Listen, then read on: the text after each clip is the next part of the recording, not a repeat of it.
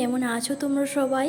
Expose with Rimpa চ্যানেলের একটি নতুন ব্লগে তোমাদেরকে জানাই অনেক অনেক ওয়েলকাম। ঘড়িতে এখন বাজে ওই 6:30টার কাছাকাছি। সকালে বাড়িতে এখন আমি একাই, তাই জন্য এত সুন্দর দৃশ্যটা দেখছিলাম। আর একটু পরে ও চলে আসবে, ওর এখন নাইট ডিউটিটা চালু হয়েছে। আশা করছি যে আজকের ব্লগটা তোমাদের একটু হলেও ভালো লাগবে। তাহলে চলো এখান থেকেই তোমাদের সাথে ব্লগটা শুরু করি। এখন এসেছি আমি রান্নাঘরেতে, ওই টিফিন বানাবো। ভাবছি যে আজকে একটু ঝালসুজি করব, কটা সবজি আছে সেটা দিয়ে। আর জানোই তো, তোমরা থাম্বনেল দেখে বুঝতেই পেরেছো আজকে আমার হাজব্যান্ডের জন্মদিন। সেই জন্য ভেবেছি ওর যা যা পছন্দের খাবার সেগুলোকেই বানাবো। ওর এরকম ঝালসুজি না খেতে ভালো লাগে, একটু মিষ্টি মিষ্টি হবে। সেই জন্যই ভাবলাম আজকে ঝালসুজিটা বানাই, সকালবেলা এসে ও খেতেও ভালো লাগবে আর তার সাথে ওর মনটাও ভালো থাকবে। আর আজ তো ইন্ডিপেন্ডেন্স ডে, তাই জন্য ওর আজকে ছুটি। আর আগের বাড়িতে না কি হয়েছে সেটা তোমাদেরকে বলি। আগের বাড়িতে যখন বিয়ের প্রথম আমরা এখানে এসেছিলাম, তখন আমি জানতামও না যে ওর 15ই আগস্ট ওর বার্থডে। আমাকে বলেছিল, তবে আমি কি ভেবেছিলাম জানো তো, ওর আধার কার্ডে না আলাদা ডেট ছিল। আমি ভেবেছিলাম হয়তো ওই দিনকারই, কিন্তু তারপর যখন ও বলল যে এই দিনকারই আমার বার্থডে, তখন না এত খারাপ লাগছিল যে ভাবছিলাম ওর ওই দিনকার বার্থডে আর আমি কিছুই করতে পারলাম না। আর এইদিকে ঝালসুজিটা করতে করতে ও চলেও এসেছে। আর আমি ওকে বলছিলাম, তুমি ওখানে বসো, হাত মুখটা ধুয়ে ব্রাশ টাশ করে আমি প্লেটে করে তোমার খাবারটা নিয়ে যাচ্ছি। দেশের বাড়িতে নানা ধরনের পুজো আচ্ছা হতেই থাকে, আর সেইগুলোই না অনেকটাই মিস করি। তাই জন্য এই ছোটোখাটো অনুষ্ঠানগুলো আমরা এরকমভাবে সেলিব্রেট করি। বাড়িতে তো অনেক রকমই সেলিব্রেশন হয়ে গেল, জামাই ষষ্ঠী থেকে আরও কত পুজো আচ্ছা হয়ে গেল, রথ, আমরা তো যেতেই পারলাম না। তাই মনটা মাঝে মাঝে খারাপ হলেও নিজেকে শান্ত রেখে ভাবি যে না, আমাদেরও যদি কোনো ছোটোখাটো অনুষ্ঠান থাকে সেগুলোকে আমরা ঘরেতেই সেলিব্রেট করব। হ্যাঁ জানি বাইরে আছি, একটু খরচা হবেই, কিন্তু তা বলে আমাদের যেই শখ আহ্লাদগুলো থাকবে সেগুলো কি আমরা পূরণ করব না? আর আমাদের মেয়েদের অনেকগুলো স্বপ্ন থাকে যে আমরা এইভাবে বাঁচবো, আমরা ওইভাবে বাঁচবো। কিন্তু একটা কথা বলছি, কাদেরও দেখে বাঁচার কথা আমি স্বপ্নেও ভাবতে পারি না। নিজের যেটা আছে আমি সেটা নিয়েই থাকতে ভালোবাসি। আজকে হয়তো আমার কাছে সেটা নেই, একদিন ঠিক আমার কাছে সেটা চলে আসবে। আর আজকে জানো তো, ও আমাকে বলে দিয়েছিল ওকে পোলাও করে খাওয়াতে হবে। আর আমারও খাওয়ার খুবই ইচ্ছা হচ্ছিল।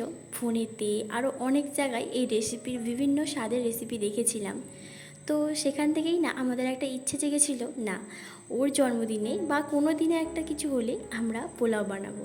সেই জন্যই ভাবলাম না আজকেই ট্রাই করে দেখি। সত্যি কথা বলতে পোলাও করাটা সত্যি অনেকটাই সহজ। আজকে আমি একা হাতে রান্না করব। হ্যাঁ, আমি প্রত্যেক দিন একা হাতেই রান্না করি, কিন্তু আজকের দিনটা যার স্পেশালি, তার জন্য ভালোভাবে করতে পারবো কি না সেটাই কিন্তু ভাবছিলাম। মনে কিন্তু অনেকটাই আশা নিয়েছিলাম যে না, আজকে যেমন তেমন হলেও রান্নাটা কিন্তু ভালো করে করতেই হবে।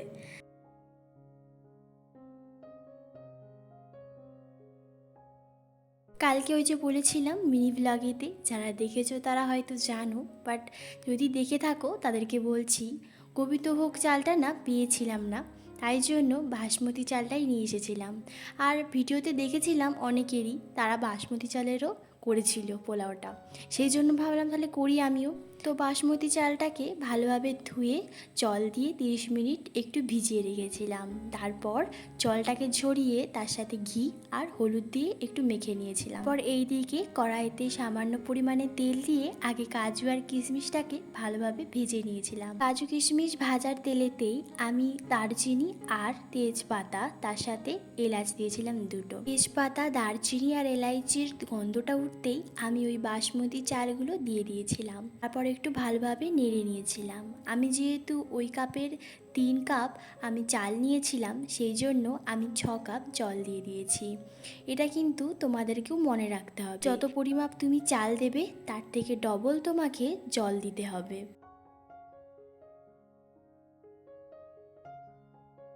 ওইদিকে পোলাওটা বসিয়ে এইদিকে এসেছি নবরত্নটা বানাতে।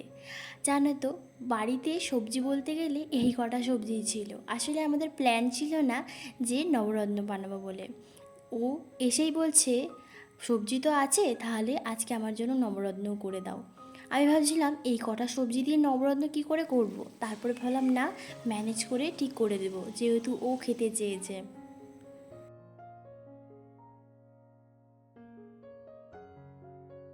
তারপর নবরত্নটা হয়ে যাওয়ার পর এইদিকে এসেছি চিকেন কষাটা বানাতে।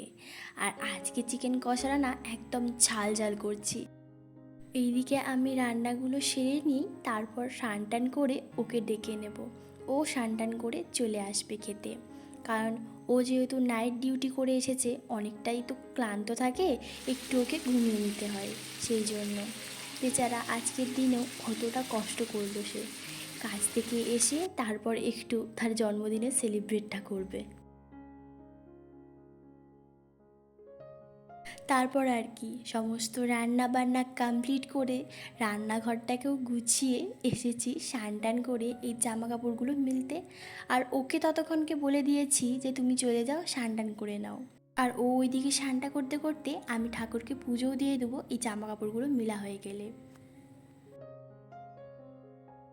আর আজ প্ল্যান আছে জানো তো, একটু মুভি দেখতে যাব। আগে থেকে ভেবে রেখেছিলাম যে যদি 15ই আগস্ট যদি কোনো মুভি বেরোয় তাহলে দেখতে যাব। কিছুদিন আগেই বলেছিল 15ই আগস্ট নাকি পুষ্পা বইটা বেরোবে। আমি সেই জন্যই অপেক্ষা করেছিলাম যে পুষ্পা বইটা যদি বেরোয় তাহলে দেখতে যাব।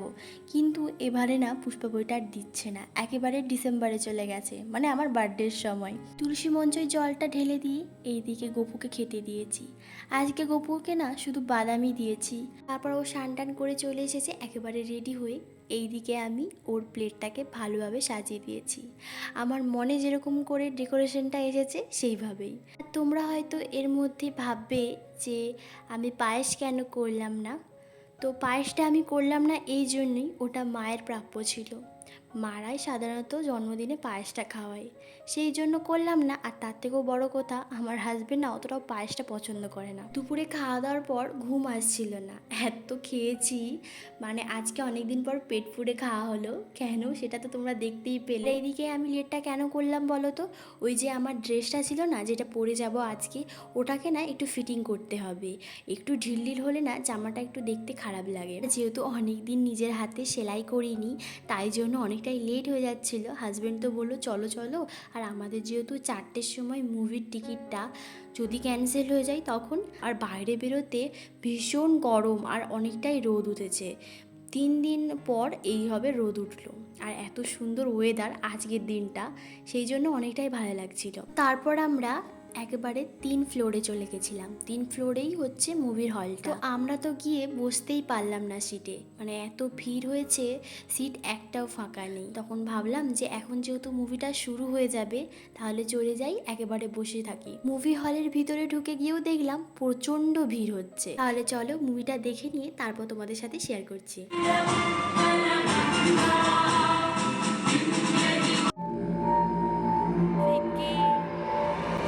যেন মনে হচ্ছে আমি সত্যি করে ওখানে আছি। তারপর কিছুক্ষণের জন্য মুভিটা বন্ধ হয়ে যেতে গেলাম একটু বাইরের দিকে। বেশিক্ষণ না দাঁড়িয়ে চলে গেলাম একদম এসির হাওয়া খেতে, মানে মুভি দেখতে।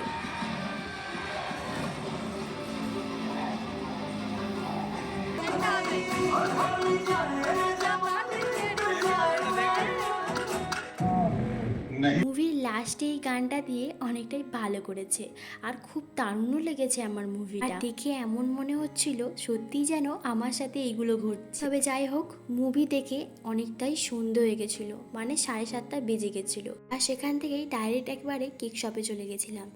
আর কেক দোকানে গিয়ে ওর পছন্দের একটা কেক নিয়ে চলে গেলাম বাড়িতে। তো বাড়িতে গিয়ে বেশি কাউকে তো আর বলা হলো না, কারণ আমাদের এখানে সেরকম কেউই নেই। ওর কোম্পানিতেও ফ্রেন্ডসরা ছিল, কিন্তু যারা আমাদেরকে হেল্প করতো সবেতেই, তারাই তো আমাদের কাছে, তাই জন্য তাকে বলা হয়েছিল, আর তার সাথে তাদের 2টো ছেলেকে।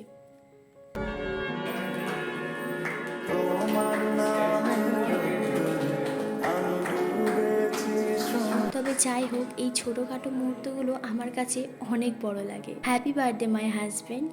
তোমরাও ওকে উইশ জানিয়ে দিও ওর জন্মদিনের। আর ভগবানের কাছে প্রে করো আমরা যেন এরকমই হাসি খুশি থাকতে পারি এই ছোটোখাটো মুহূর্তগুলো।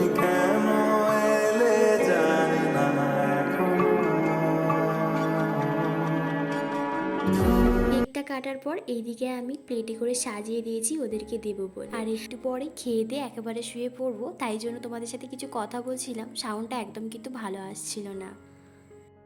আজকে তোমরা এত অবধি যে আমার ভিডিওটা দেখলে কেমন লাগলো প্লিজ একটু কমেন্টে জানাবে। আর ভিডিওতে নতুন বন্ধু হয়ে থাকলে চ্যানেলটাকে সাবস্ক্রাইব করে পাশে থাকা বেল আইকনটাকে অন করে দেবে। তাহলে দেখা হচ্ছে আবার নেক্সট কোনো নিউ ব্লগে। ততক্ষণ ভালো থেকো, টাটা।